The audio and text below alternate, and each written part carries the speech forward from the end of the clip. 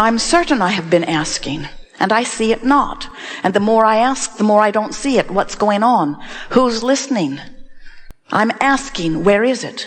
And we say, what you must know is that you cannot stop asking. We call that step one. Life causes you to ask.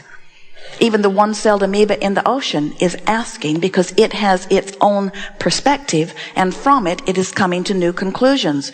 The evolution of all species is about this basis. So, step one is, contrast causes you to ask and ask and ask. And step two of this process of eternal creation is, when you ask, it is always answered. It is given.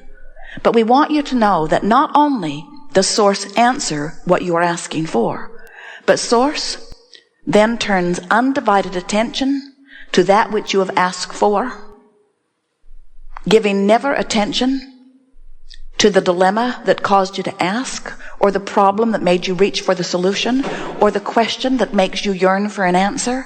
Source gives undivided attention to the solution, to the answer. And so not only is it given, but it has become vibrationally. Now, if you are not accustomed to the idea of vibration, then those words may not be very satisfying to you. And most physical beings are really looking for the evidence of what they're asking for. Give me the evidence of the love of which you speak. Give me the evidence of the well-being of which you speak. Give me the evidence of the prosperity of which you speak. Give me the evidence. And we say, the evidence must come, and it must come immediately on the hills of your vibrational alignment with same.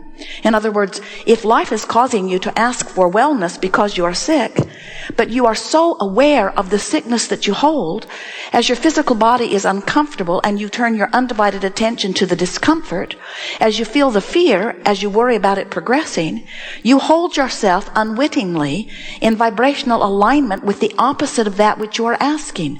So even though you've accomplished step one, you've lived contrast and you have asked, and even though Source is seeing you whole and well, and vibrationally it is already so, the manifestation is yet to catch up with it, because there is always a buffer of time between your asking and your full manifestation. And during that buffer of time, it is your work to do what we are calling allow yourself to become a vibrational match to that which you have asked for. Many of our physical friends say, I so much would like more money. I want more money. I want more money. I want more money. And we say, tell us what that would be like. And they say, can't do it. Don't have enough money to know. And we say, but what do you think more money would feel like? Would it feel like well-being? Would it feel like stability? Would it feel like appreciation? Would it feel like well-being? And almost without exception, they say, I need more money, I need more money, I need more money, I need more money. Don't have enough money, don't have enough money, don't have enough money, don't have enough money. Would like more money, don't have enough money, don't have enough money, don't have enough money. It's not fair, it's not fair, it's not fair, it's not fair, it's not fair, it's not fair. Without realizing that they are practicing and therefore making a chronic vibration, a dominant vibration, and not understanding that you can't set your radio dial on 630 don't have enough money and let in 98.7 plenty of money. The frequencies have to match up. You cannot set the frequency of your being on what you're looking at and move to something else. And yet, that's the tricky part, isn't it? Because you have done such a good job of being in your bodies as you wanted to be, and observing what's around you as you wanted to observe, and exploring the contrast as all of us knew you would and wanted you to. But there's this one small thing that you keep doing that doesn't serve you, and that is you keep justifying why you want what you want by defending, by exaggerating, by complaining, by explaining, by pointing out what is. So it's just a very simple and powerful and really wonderful, when you get the hang of deliberate creation, fact of life, that you cannot get something different than what you're looking at, and you cannot get something different than what you're feeling when you're looking at it. Because it is always true, what you think, and therefore what you feel, and what you receive are always a vibrational match. So, if there are things that you want that are different than what you've got, you have to tune yourself differently. And the best way we know to tune yourself to something differently is to talk about what you want and why you want it. When you talk about what you want and how you'll get it and when it will come and where it will come from and who will bring it, it usually causes you to get into a more resistant place. But when you talk about what you want and why you want it, usually you can step back far enough to get into the essence of what you're reaching for. And with far less effort than it takes you to learn how to play Quicken on your computer. Far less effort than any computer game or program. You can tune yourself, if you care about how you feel, into vibrational alignment with who you are. But these things you must understand first. You must first understand that the source within you, the source that is you, is pure positive energy. In other words, tuned in, tapped in, turned on, feeling good, liquid love. And when you tune yourself to something other than that, then you're out on the raw and ragged edge. Some call it the leading edge, others call it the bleeding edge. You're out there where you are vibrationally so far apart from who you really are. And this is the thing we so want you to hear. If you get this, we'll speak it clearly and slowly, and again until you have a very good opportunity to get it if you want to get it. We want you to understand why you feel what you feel. We want you to understand what your emotions mean to you. We want you to understand that you are the creator of your own reality, and that life has caused you to expand into new places that if you don't go, you don't feel good. In other words, when life causes you to ask for something that you're not currently living, the source within you follows that rocket of desire and literally becomes the vibrational equivalent of what you are asking for. And many of you who are looking for manifestation say, well, that's not really a big deal to us because we can't pay the rent with vibration. And we say, you could if you'd flow with it long enough that you'd let it manifest into something tangible. But what happens so often is, even though you're on the track because you're feeling hopeful, and even though you're on the track and things are lined up ready to be yielded to you, if you are insisting on the manifestation first before you believe it, then you keep looking and not finding it, and then in the not finding it, you find vibrational alignment with the absence of it, and you cannot find vibrational alignment with the absence of something and get the presence of it. Law of attraction does not allow it. You must find vibrational alignment with what you want.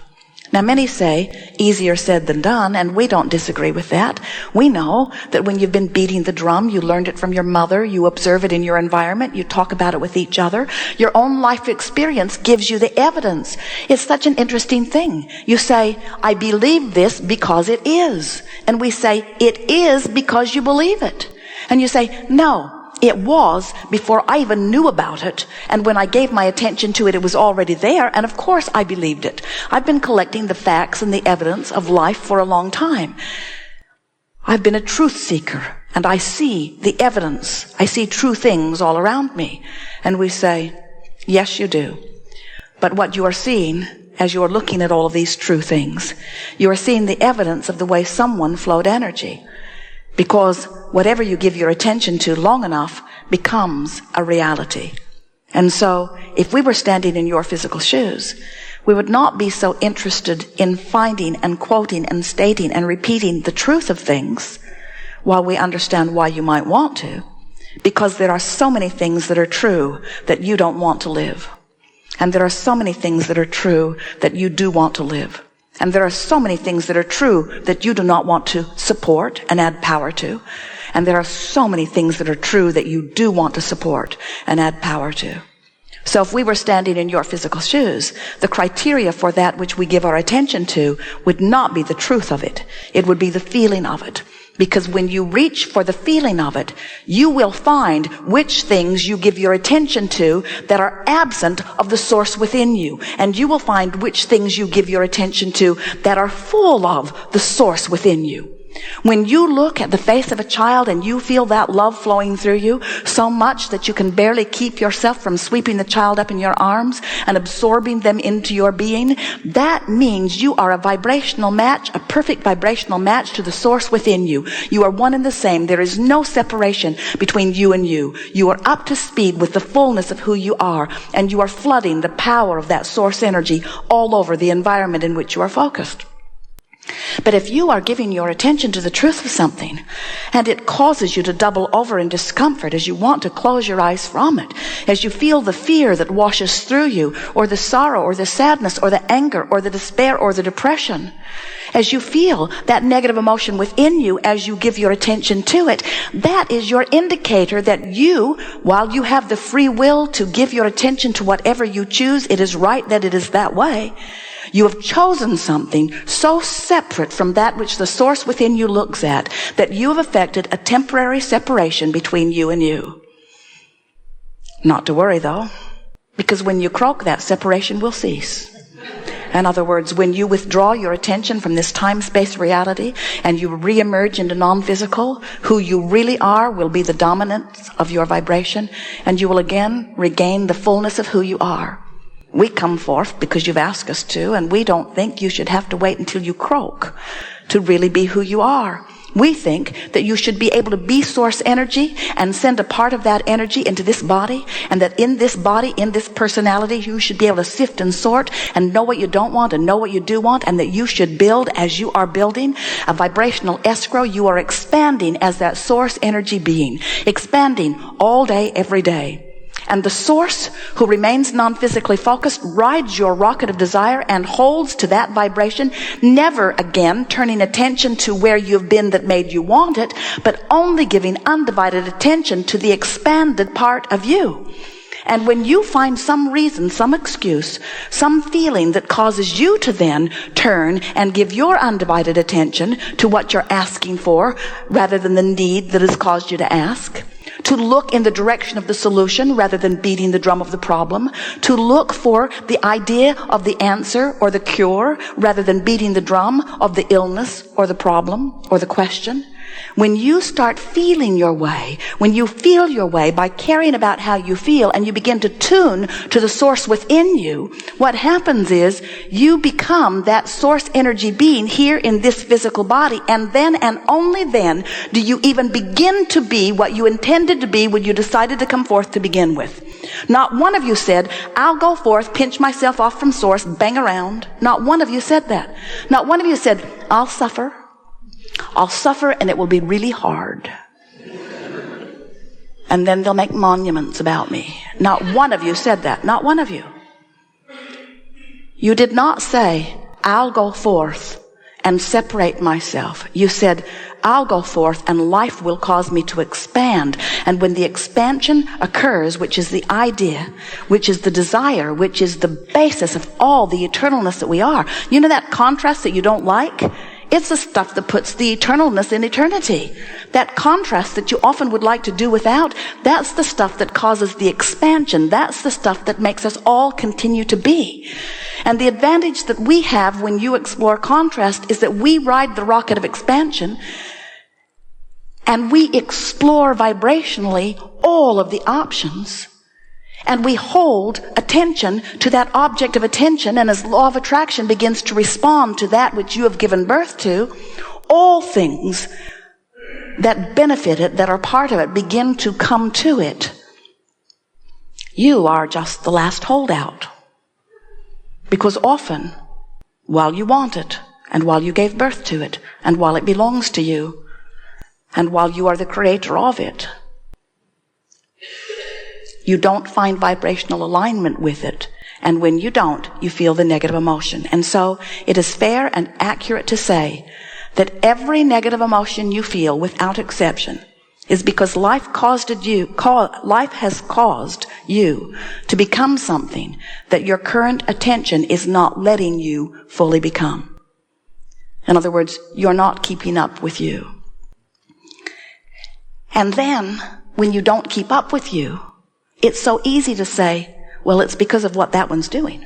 When I look at that one, I feel good. But when I look at that one, I feel bad. And if you would be more like that, then I would feel better. And so you are the reason that I don't feel good. And then you get off on this tangent. You're sort of crazy about it, where you try to control the world. You try to get other people to behave the way you think you need them to behave so that you can feel better.